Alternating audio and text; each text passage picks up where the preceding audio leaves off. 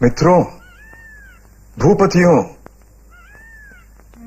शकुनी ने धर्मराज को अधर्म से द्युत में हराया, छीन लिया राज्य। दुर्योधन ने वनवास भी कराया।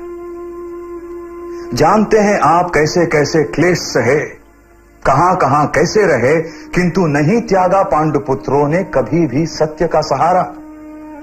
वचन दिया था, दुर्वचन को निभाया। कुल परंपरा से जो राज्य है उनका, वो उनको मिले अब, यही मत है। होना भी चाहिए सबका। आप लोग सोचें, विचार करें, बताएं सबका हित कैसे हो, सम्मान भी बना रहे, धर्म भी अनुकूल हो। स्वर्ग का भी राज्य नहीं लेंगे युधिष्ठिर यदि मिले अधर्म से, लेंगे सानंद धरती का टुकड़ा तक अगर मिले धर्म से। ध्यान में रखें आप, वे चाहते हैं मिले वही और उतना, बाहुबल से कमाया था राज्य जितना।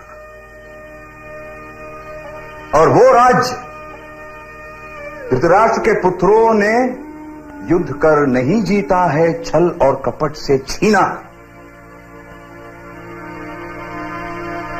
छीन सकते हैं पांडव कौरवों से राज्य अपना बल से, अपनी वीरता से, आप जैसे न्याय प्रिय भूपतियों की सहायता से।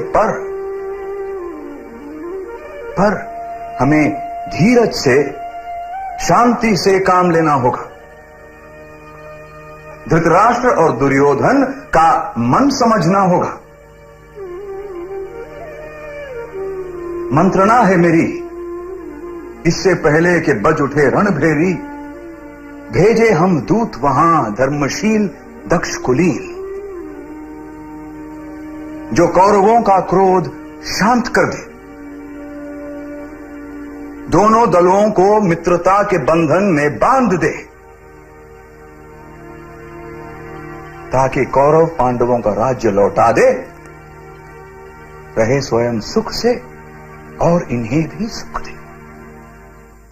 आज इतना कहने मैं स्वयं यहां तक आया हूं। भाई भाई में युद्ध ना हो, संदेश शांति का लाया। निसंशय है गुणवान महा, सब राजघरानों में कुरुकुल, लहराती करुणा का वो बस, वो सत्यशील। हे दयानी पुत्र, तुम इस कुल के आधार स्तंभ, न्यायी हो, सच में नायक हो, दिखलाने वाले सही राह, दिग्दर्शक, सबके रक्षक हो। फिर क्यों अधर्म, क्यों लोभ बैर कौरवी विशेषण कहलाते? क्यों झूठ कपट की हवा चली, दुर्दिन के बादल मंडलाते? कौरव कुल पर संकट छाया, पूरा कुल नाश करेगा वो। चाहो तो निवारण हो जाए, है नहीं असंभव ऐसा वो। निर्भर सब कुछ हम पर, तुम पर राजन, ये समझना है हमको। तुम रोको अपने बेटों को, मैं रोकूंगा पांडव दल को। कौरव पांडव संग संग होंगे तो बल के संग होगा विवेक। क्या तुम्हें छेड़ने का साहस कर पाएंगे मिलकर अनेक? पांडव की जीती धरती पर अधिकार तुम्हारा ही होगा। तुम एक छत्र सम्राट, भला इससे भी बड़ा सुख क्या होगा? है युद्ध भयानक दावानल, जिसमें मानवता जल जाती। पेड़ों की बातें कहे कौन, जड़ भी तो कोयला बन जाती। है युद्ध मरण का नाम, अन्य क्या मरण लाभदायक होगा? मर जाए समर में कौरव या पांडव, तो किसका हित होगा?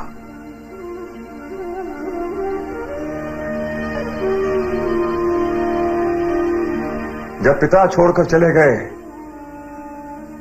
तब पांडव बिल्कुल बच्चे थे। जिसने उनको दी छां सदा, वो और कौन तुम ही तो थे। चलना सीखे उंगली पकड़े वो तात, तुम्हारी उंगली थी। जिस गोदी में खेले थे वे, वो एक पिता की ही तो थी। पांडव न आज तक भूले ये, इसलिए शर्त पूरी करके लौटे हैं 13 बरस बाद वन से, ये आशा रख करके लौटा दे उनका राज्य आप। ये हाथ जोड़कर कहते वो, मुझको लगता ये धर्म मार्ग, और यही सत्य का है आग्रह। मेरा तुमसे कहना है हो पिता, पिता की तरह चलो, खुद न्याय मार्ग पर चलो और पुत्रों को लेकर साथ चलो। जीने की सबसे बड़ी शर्त जियो, सबको जीने भी दो। पाओ उतना जितना अपना, औरों को उनका हक भी दो। हे महासभा के धर्मज्ञों, जब अधर्म से हारता धर्म हुआ कमजोर, तभी सत्य को मारता असत्य ही पुरजोर। अगर निकालोगे नहीं धर्म वक्ष का तीर, सभासदों के हृदय को जाएगा ऊंची। धर्मज्ञों के सभा में यदि अधर्म का रंग, डूबेगी ये सभा भी सभासदों के संग। तट पर स्थित हर पेड़ को नदी करेगी नाश, करता तटस्थ मनुज का घायल धर्म विनाश। सेवा हो या युद्ध, पांडव हैं तैयार। राजन, अब तुम ही कहो, करके सोच विचार।